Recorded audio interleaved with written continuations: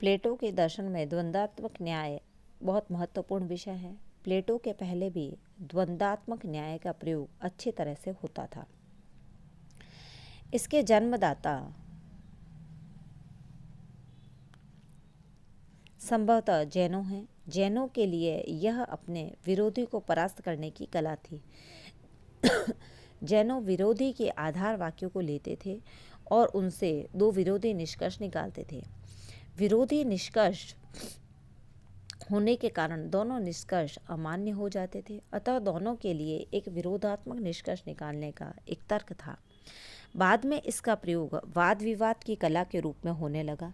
विरोधी को विवाद में परास्त करने के लिए इसका प्रयोग होता था।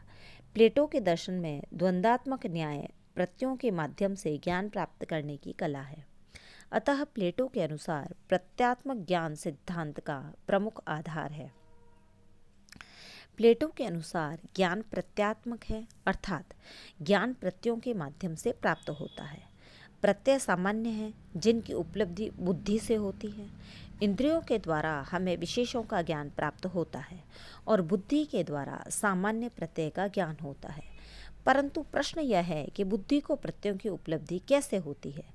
प्लेटो के अनुसार द्वंद्वात्मक न्याय प्रत्यय प्राप्ति का साधन है। इंद्रियों से हमें सुंदर वस्तुओं विशेषों की उपलब्धि होती है, परंतु सौंदर्य प्रत्यय सामान्य की उपलब्धि बुद्धि के द्वारा होती है। बुद्धि द्वंद्वात्मक न्याय के माध्यम से ही प्रत्ययों की उपलब्धि में सक्षम होती है। द्वंद्वात्मक न्याय के 4 अंग हैं। सामान्यीकरण, किसी वर्ग के विभिन्न व्यक्तियों में हम कुछ सामान्य गुण देखते हैं। इन सामान्यों को व्यक्ति से पृथक करते हैं, यही जाति है। इस जाति की उपलब्धि हमें सामान्यीकरण के द्वारा होती है, यही जाति विज्ञान है। ये विज्ञान विभिन्न वस्तुओं के सार सामान्य हैं। वर्गीकरण, विज्ञान किसी वर्ग के विभिन्न व्यक्तियों के सार हैं।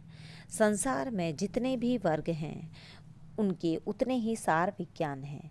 विभिन्न विज्ञानों में भी कुछ साम्य या सार है, अतः उनका भी विज्ञान अवश्य होगा।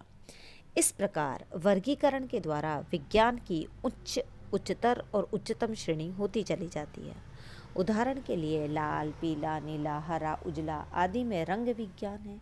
इसी प्रकार मीठा आदि में रस विज्ञान है, तीखा आदि में रस विज्ञान है। इन दोनों में एक सार विज्ञान होगा। तर्क वाक्य, यह विभिन्न विज्ञानों का पारस्परिक संबंध है, इसी से तर्क वाक्यों का निर्माण होता है। निगमनात्मक अनुमान, तर्क वाक्यों के परस्पर संबंध के आधार पर निगमन का निष्कर्ष निकलता है। तर्क वाक्य आधार वाक्य कहलाते हैं और निगमन निष्कर्ष होता है। आधार वाक्यों से निगमन निकलता है। उपरोक्त चारों विज्ञान के अंग हैं। विज्ञान ही सर्वोच्च ज्ञान है, अतः द्वंद्व न्याय ज्ञान की सर्वोत्तम विधि है। इसी के द्वारा हमें यथार्थ ज्ञान की प्राप्ति होती है।